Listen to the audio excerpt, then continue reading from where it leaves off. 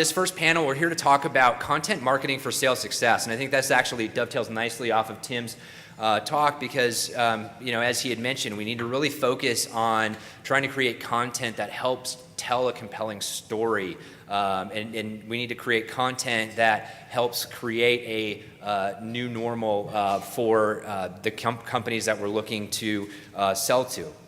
And so rather than introduce all the panelists, I'm going to ask you all to introduce yourselves, your role within the organization, and since I know that we're only going to have about 5 minutes of people's attention, let them know the one idea that you want them to take away about content marketing, good or bad, something that you've learned in your time as a marketer.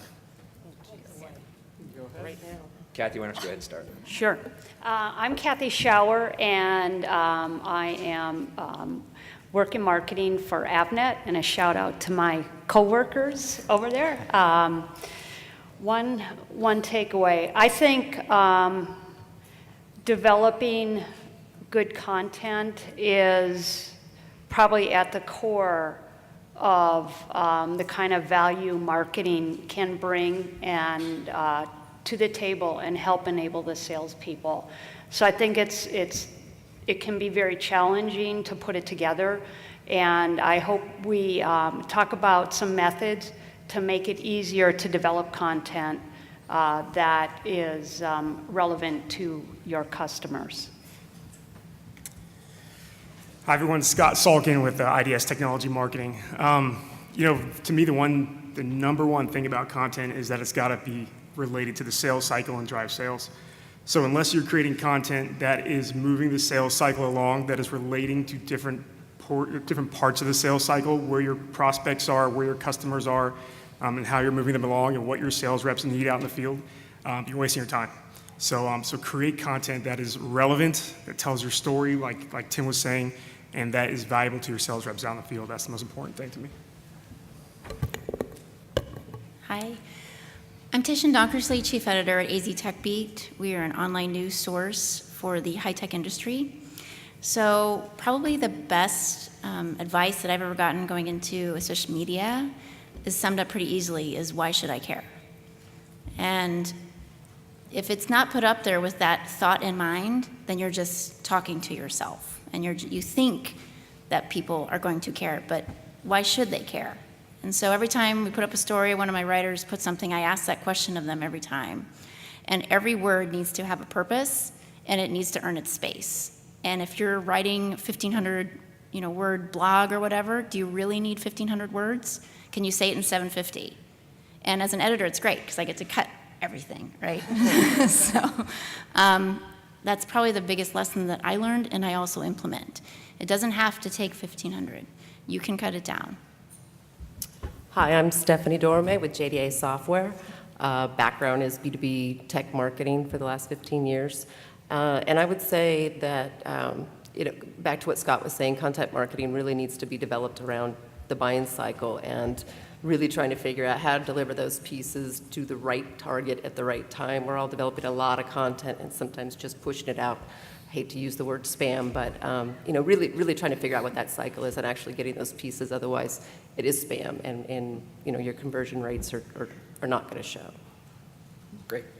So, talking about the relevance of content marketing and its importance in driving the buying decision and within the buying cycle, everyone is familiar with the concept of sales and marketing alignment. Normally, that's put up on screen in the context of marketing and sales groups within an organization getting along, right? And so, talk a little bit about what sales and marketing alignment means in the context of content marketing and within the organizations that you work at respectively. How do you include sales in the development of content in your company?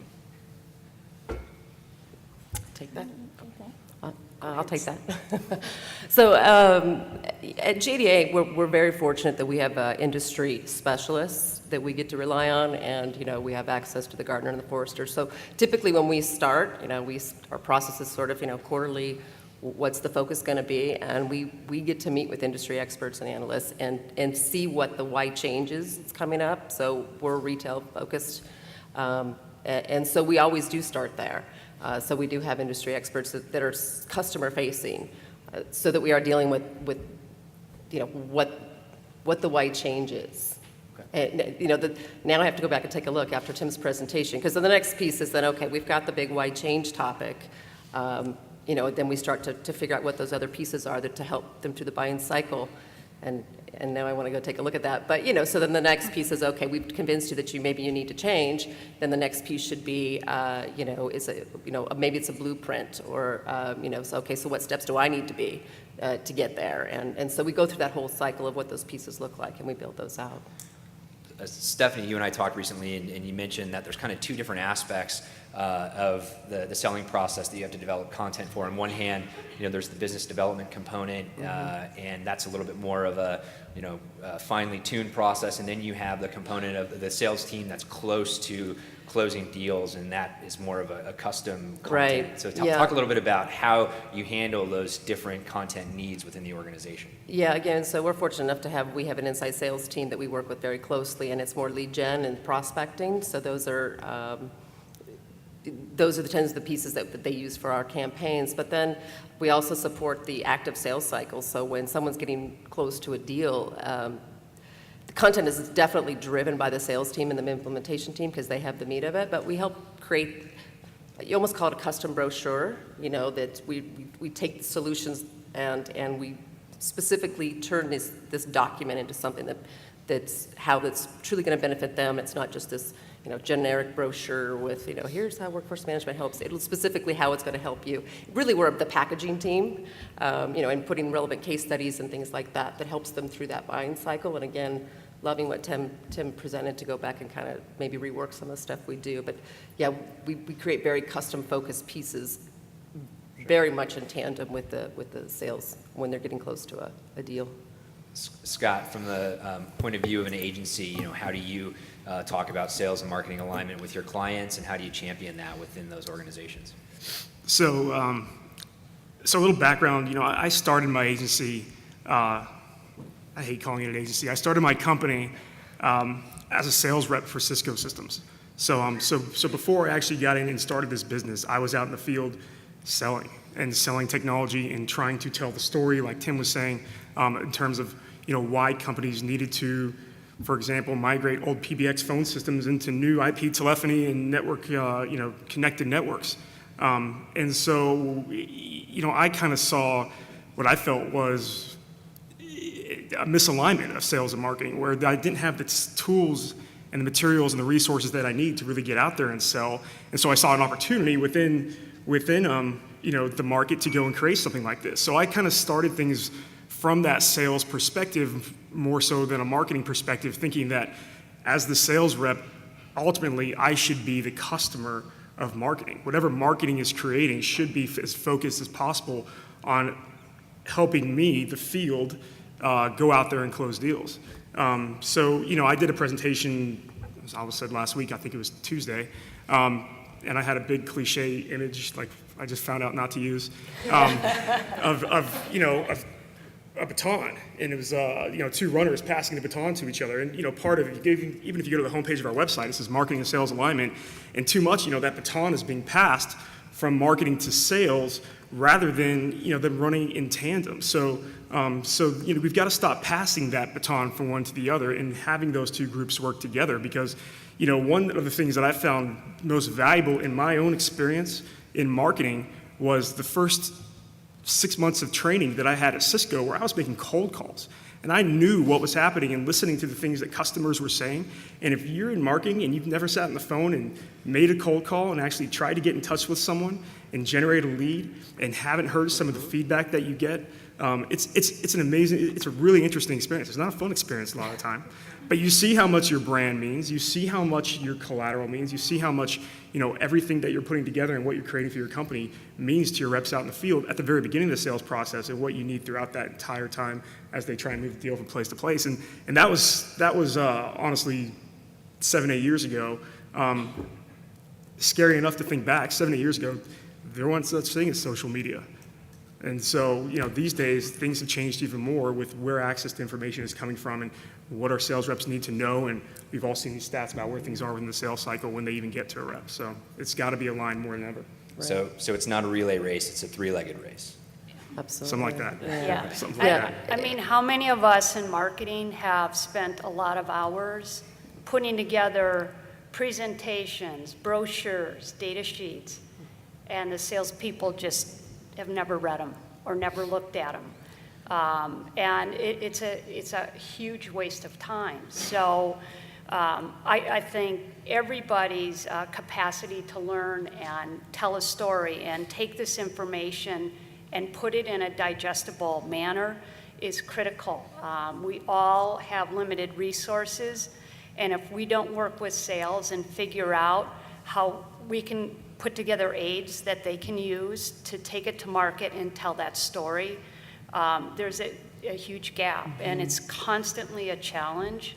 And at Avnet, it's just a massive rollout when we're launching new suppliers or we're going into new markets. So we spend a lot of time doing that, and we're always kind of like, are people using this information? So it really pays to involve sales. You've got to ask them, and it changes. It changes the kind of tools they want and need, and involve sales. One more thing I want, go ahead, sorry. One more thing I want to bring up real quick, going back to that is that IDC did a study lately that showed, or just recently, that showed that, the sales tools that we're creating, more than 50% of them, we're just sending out to our reps through email. And reps are spending on average 5 to 7 hours per week going and trying to find the sales tools and the collateral they need to go whatever phase of the sales cycle they're in to get the right tools to help them go out and work that deal. Our reps, I just said 5 to 6 years ago, there was 2006 was when social media really started rising. 2006 is when the iPhone came out. And now, our reps are out in the field. They're not with us sitting in the office where they shouldn't be anyways. And we've got to make sure that they're getting the right information at the right time where they need it in the formats they need it. Because if they're spending that much time just trying to get a hold of the right sales material, and 50% of the time we're just sending it an email, and most of the time these days they're getting that sales content in formats they can't even use because they're on certain devices, and most of the time that device is mobile, that's a huge problem. So again, it goes back to, are they using it? And if they're not, why? So we've got to be aligned with what they're doing, why they're doing it, how they're obtaining that information, and where they're at. So it's an important thing we all have to be looking at. Yeah. That's a challenge at JDA also. I mean, we try to get ahead of it in the sense that every time we do a campaign, and it takes commitment on the sales team and management to allow us to do this, but we do, schedule a 30-minute call and we go through what we're going to do so we know expectations and when this is going to happen. And it usually works pretty well for about a week or two, and then, they're being hit with every other campaign from all the other departments, and so then it starts to fade away on where's this stuff and what do I have. And so we're definitely trying to deal with that too. We try and do kind of a quarterly review of, hey guys, remember this stuff's out there as you see new prospects. These campaigns are, available for you to drop people into, but it is a challenge on as much content we create and how to get it in their hands easily. That I'd love an answer on. On this topic real quick, I'd like to just pose a question to the audience, and just by show of hands, how many people here have ever created a piece of content or a sales tool that you just didn't believe in, that you didn't think was going to be valuable, or that you knew salespeople just weren't going to use, to steal Tim's term, that you just knew sucked? Yeah. Okay. And I think everybody who didn't raise their hand is probably lying because, it just happens. I mean, it's kind of a nature of how business works. But, there is a priority that you have to place on creating content that is useful. Why develop content that isn't going to be used or useful? And Tishan, as an editor of a magazine, content creation's 100% of your job. And so what steps do you follow to determine what your audience is looking for and what they want in the content that you produce? Well, I consider myself kind of a startup. So you're looking at the marketing department, you're looking at the PR department, you're looking at everything. It manages interns, that is basically building the brand. So everything that I put out there, its intent is to build the brand. If it's not good, I'm not putting it out there. That's full stop. So the steps that I do is, the first thing that I do is did some customer surveys, which I'm sure you're familiar with, but I wanted to find out who is actually reading this content. Who is my market? Well, I have 35% from the last 2 months that are CEOs and founders. Well, what do CEOs and founders want to read about? So I go and I ask some CEOs and founders, and I get, a Rolodex and a roster, and I kind of hit the pavement. I actually want to hear what they're saying. We're going to be doing a follow-up survey probably in the next, now that we're 6 months old with that. And, this is what I care about. I want to know what they want to hear about, because that will not only drive traffic, which we've tripled since I brought on board, but it will also generate new content. I have more people reaching out to me because they're like, ooh, this is really interesting. And, oh, I want to hear about this guy and this company and this thing and this thing. So I hate to say that it's so simple, but you have to go back to who is your audience. And so I've broken that out pretty, analytically and said this. And then I go and I just do that footwork, which takes time. You say, well, what do CEOs read? And they don't have a lot of time, so the fact that they're coming to my site means they're spending that much time on the content, which has to matter to them. So again, it goes back to, why should my CEO and founders, readers care? And what can I provide for them that they can have a takeaway, kind of like Tim said, that they can go talk to their buddy about, which they will, which has happened. Be like, hey, dude, that was so great. They see each other at meetups, and they're like, hey, I saw that thing on TechBeat. Great raise. Awesome. That was worth it. So that's where kind of the simplicity, I think, works. Sure. I think a lot of people focus on the generation of original content. Tim, brought up the idea that, when you push content out, you're really contributing to the noise of content and data that's out there. Kathy, Avnet's a distributor. How do you work with your suppliers and partners to aggregate their content for your own marketing programs? Yeah, talk about information overload. Just think of HP, IBM, all the major IT companies that supply products to the market. We represent all of them. And they produce a ton of content. So again, it comes, like we all know, it comes down to knowing your audience. It comes down to how do you package that information to help your salespeople and our value-added resellers turn around and use it in their sales cycle. How do we, and so you don't always have to do everything yourself. I mean, find those sources of information and work with the owner of those, or the original person who wrote that information, and ask if you can use it, if you can alter it. And a lot of times we repackage stuff and we put our value around that, or simplify it, or chunk it up to make it easier to digest and get it into the market. So you can get really creative and not have to do everything from scratch, everything yourself. It really, reuse is, I think, get really good at reusing information in all your communication channels too. So, you can take a video and you can comment on a white paper or an IDC research article. One of your executives can do that, and you can do a video very inexpensively or write a blog around it. So we try to do a lot of that and make good use of the great work that's been done out there, but put our insight and our kind of messaging around that. Can I comment on that? That's awesome. Again, kind of as a startup where we, it's just us, we take when we develop one story, we develop campaigns around that. And what can we pull out from that one piece of content? So can we make a video? Like if it's about a CEO or a company that did a raise, can we talk to them? We can set up a follow-up schedule. We set up an entire content campaign just around that one piece of information, of article, because there's so much in there. I don't think people spend the time to kind of even look through what they even developed, what they created. They just kind of move on to the next thing. Okay, let's make another thing, instead of really using what they have. And with a kind of a bootstrap company, that's what you got to do. And sometimes you got to go back to that thought process and saying, well, we have a lot of good stuff. What did we miss? And maybe having some different eyeballs on that piece of content, saying, oh, that's really interesting, or that's a piece you could pull out, or coming up with new creative ideas. And we've got boards, and we have content campaign boards, and we get really creative, and we draw stuff, and get really visual with it, and saying, what haven't we thought of? And let's think crazy, like, what else can we, that maybe we haven't thought of? And get people with different expertise to look at the same material, because they look at things differently, which can then create more content for you. You don't have to, because it's brain draining to just sit there and be like, what do we write about today, you know?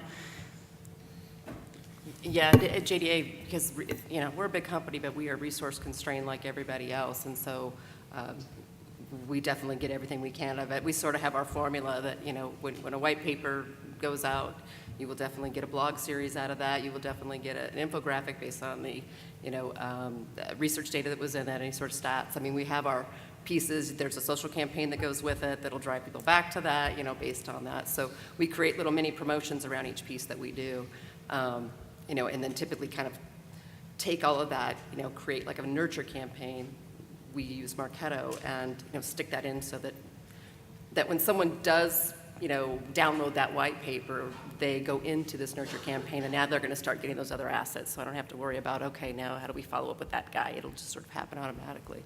You know, once you get the process in place, it becomes a little easier. I think I was telling someone, you know, some of the best content you'll get is the draft content, you know, so I have awesome product marketers, and they, you know, I need a 7-page white paper, or, sorry for giving you a number, but, you know, but you get the first, you know, it's 15 pages and we got to cut it down. But inside of that is probably your blog post, you know. It was too much detail for the white paper, but pull those out and that becomes your blog post, things like that. I mean, if you know, sort of put a process in place, like, guys, give me your drafts and, you know, make sure you're throwing all those stats that you were looking up into a doc for me, so, because I can probably pull those out later, and get a process going, it gets a little easier to manage. Too much detail for a white paper. Yes. You've come a long way. have But I do like that One you more would. thing about that. What's that? One more thing about that. Sure. So what I find a lot is companies like to write, whether it's their own content or it's social, and especially amongst social, it's all me, kind of like we've been talking about today. And chances are, if you're in business, hopefully, if you're in business, you did it because there's a market out there, and because there's people talking about this stuff, and because there's an audience, and because are people talking about these issues. So one of the best ways you guys could be creating content is not by talking, but by listening, and listening to your audience. And that is what social and what all these different tools out there have given us the opportunity to do, is create these avenues where we can be listening to everything that our customers, our prospects, our competitors, our market, everyone is saying. And if you're listening to them and then going back and answering them, you're creating content that is answering direct questions to what they're wanting to know. So if you want to be relevant and provide that information that is direct to them, I mean, answer those questions, then go and create some information about it based on that. So create some content based on what they're asking. So I think, you know, that's kind of become a little bit of a you know, sore point around social media, is that, man, we are just constantly talking about us. Use it as a listening tool. There's some great stuff you can do if you do it that way. Great. I want to talk a little bit about tools for content deployment. Stephanie, you mentioned Marketo. Love to hear everyone comment about, you know, their experience with either marketing automation tools or other technologies that they've found useful for deploying content either to sales reps or directly out into the marketplace. Is there anyone here from Marketo or HubSpot? Okay. Can we speak So I French? got, you know, they market to me all the time. I got 16 emails within the last, and I was talking about this Tuesday, within the last week from them. I don't know why. I haven't clicked on anything or viewed a white paper or done any of that stuff in a long time. I think they're great tools if you use them right. Don't spam. You know, our interactive director, we were having a conversation about this a while back, and he said, you know what marketing automation is? He said, it's a microwave. And, you know, he's like, my microwave at home has about 20 buttons on it. You know how many I use? 1 or 2. And too many times these days, companies are going and they're investing in marketing automation when they're not ready to. And they're sending out content and they're spamming people. And if you're not doing it right, don't do it. If you're just going to be sending out email invitations, if you're just going to be sending out invitations to your events, you know, go back to what you were doing before and put a content, you know, strategy and plan together. It takes investment, it takes time, it takes money, probably more than even if you plan it out at the very beginning than you can imagine. You know, I find it curious that most conversations that you have with companies now who have implemented it more than 2 years ago are still saying that, man, I keep on spending more money on this stuff. I find it interesting. I don't want to say that I'm not a believer in marketing automation because I think it's an important tool to have out there in your arsenal and to be able to use, but you're going to be doing just as much, if not more work using it than you were if you were not using it. I still think that human touch element, making a call every once in a while, talking to your customer, that's way more personal. I mean, this whole relationship thing, if I send them 10 emails because they've clicked on 6 links, a white paper, or a webcast, I mean, give the guy a call. See what he's interested in.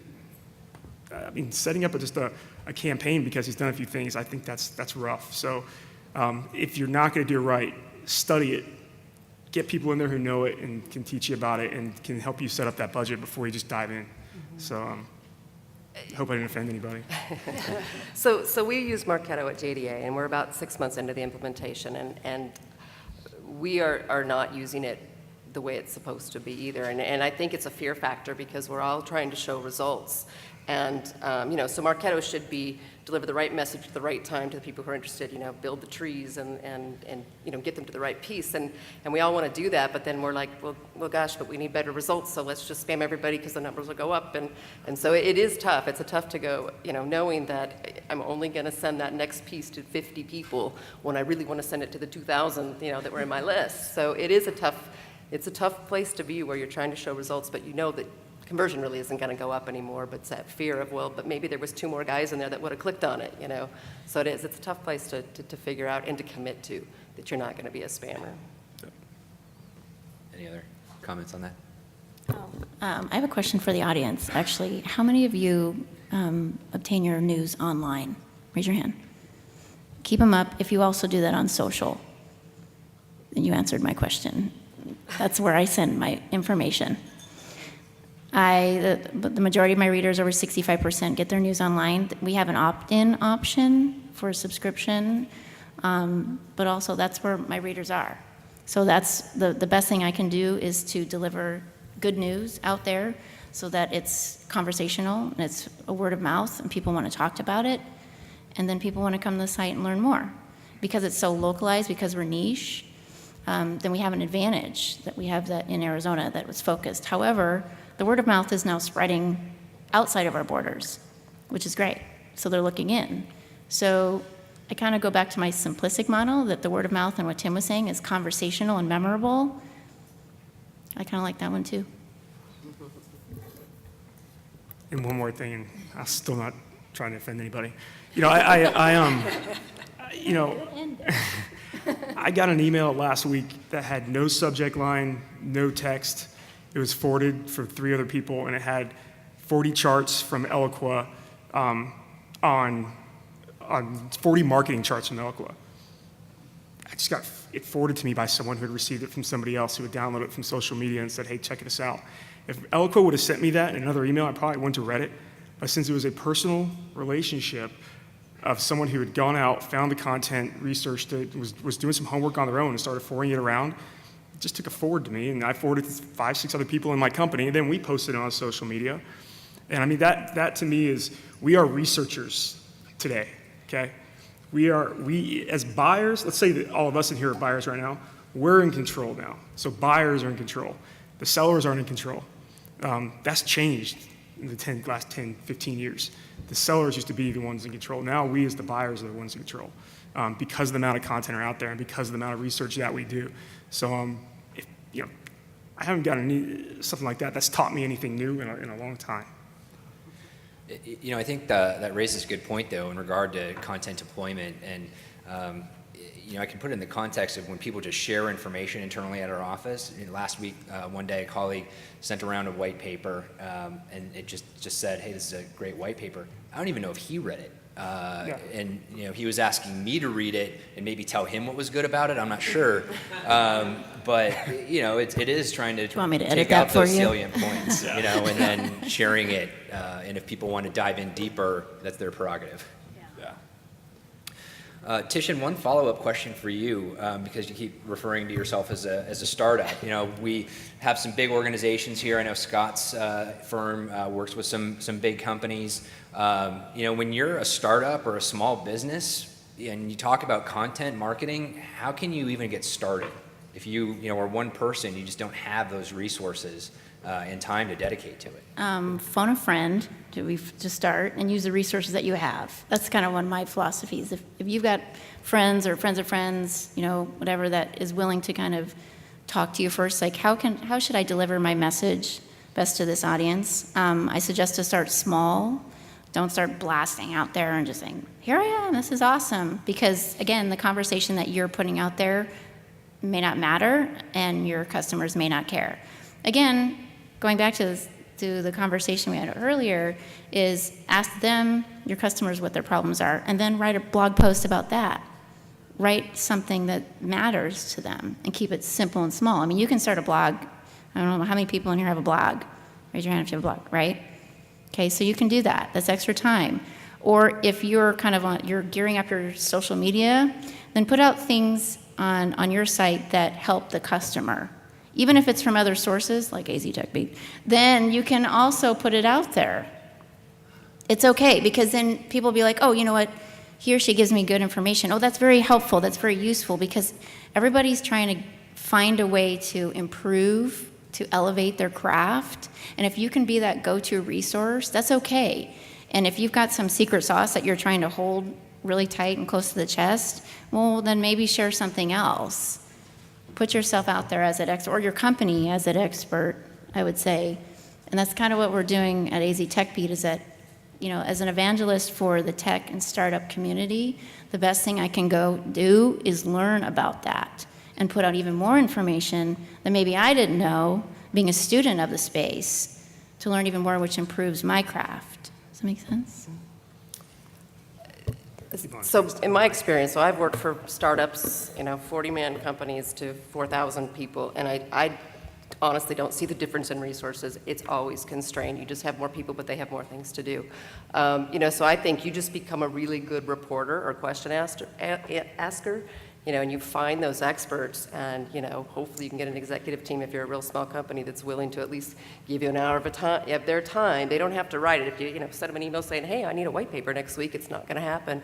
But, you know, if you can ask the right questions, sit down and get them engaged, you know, get it started for them. You know, typically people will then jump in and help. It's now got their name on it or something, so, you know, they'll follow through. But, you know, you got to use your resources, and you probably have to learn to be a reporter and ask the right questions so that you can get it started, because it hasn't changed for me from a, you know, $20 million company to a $1 billion company. I'm still desperately trying to get people to help me write content. I think same thing at Avnet. The kinds of things we're talking about are the grassroots, roll up your sleeves kind of activities that really bring probably the most value in marketing. And, you know, we talked a lot about content. I think PR is, you put content and PR together, it's huge leverage that you have.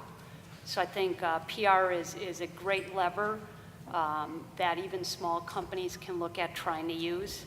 I think trying to leverage social media, those kinds of things, and even if you need to find, there's a lot of freelance tech writers that you can tap into that are very, very reasonable, that can help you as well. So look around. I mean, no offense to any of the big agencies, but find these pockets, seek out influencers. A lot of times if you get a relationship with them, they'll help you a lot develop content and do it pretty inexpensively. So it's just, it is being resourceful and starting to look in these pockets for resources that can help you. Are there startups in here? Is anybody here from a startup, have your own company? It's a couple. So one other thing that I do, that I spend a lot of time on, that I'm really passionate about, is startups and entrepreneurship. You know, I own my own business with the Tech Council. I'm the co-chair with a guy named Jared Bailey from Tallwave of their Startup and Entrepreneurship Committee. So we're doing some really cool things there also. But there's just one thing I know about startups and entrepreneurs, because I'm one myself, is that, man, they are passionate and they love and they believe in what they do. So with that information and with that, passion for what you have and for what, if you're working with small businesses, there's tools that you're around all the time. You have a tool in your pocket 24 hours a day for you to create content, and it's your phone. I mean, sit there and use your phone or your iPad or your laptop or anything that you've got. Creating a 30-second raw, organic type of video that you can then just go post up on YouTube, or then create a quick little top 5 documents or top 5 reasons to do this or that, or just some kind of little content around it is awesome. I mean, use that kind of content in your passion, and that's why people want to work with you if you are a startup, because you're creating something based on what you believe in. So that content that you're creating based on what you believe in is so important. And then the other thing I think is important for startups to know is don't wait. Don't wait until you've got the perfect product, until you go to market with that and are trying to get customers. There's plenty of time to go out there and be talking about why you created this product, why you're in this business, why you went to this niche. There's plenty of reason and time to go out there and be doing that before you even take your product to market.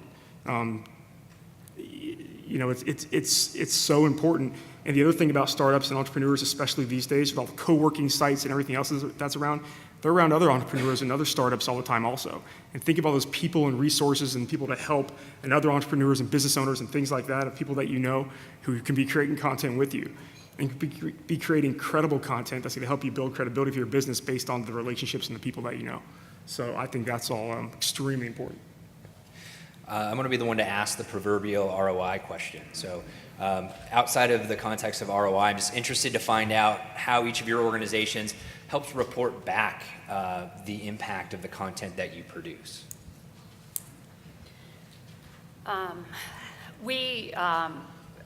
In my area in Cloud Solutions, we set up our website, and that's where our kind of whole world and our marketing is really founded around the internet. So we have all our blogs, all our social media connections, and all our content kind of is at that foundation. So we measure who comes and utilizes the content, who leaves their name and their contact information around that content,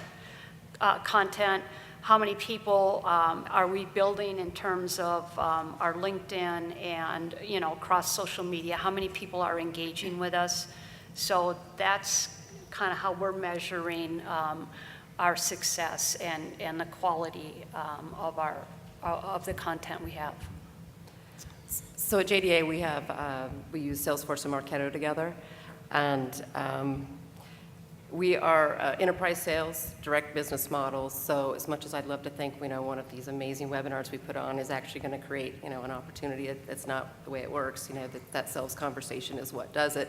So we've been fortunate enough that Marketo's implemented an influence report, which is something I've been waiting for 10 years, where it can measure all the different touch points within the how does it all work? The contacts within the opportunity that have touched different parts of the campaign. So there's new ways to start measuring how marketing's influencing, especially, for some of us that are in these large enterprise sales where, we're never going to show a one-to-one relationship with what we've done. And so we've just started to look at that, and it's been really exciting to see that, to hopefully get our executives to measure us differently besides, how many sales did you guys create, which is never going to happen in the JDA world. So there's some really good stuff coming, and hoping more. It gets easier and easier to implement, but it's all new.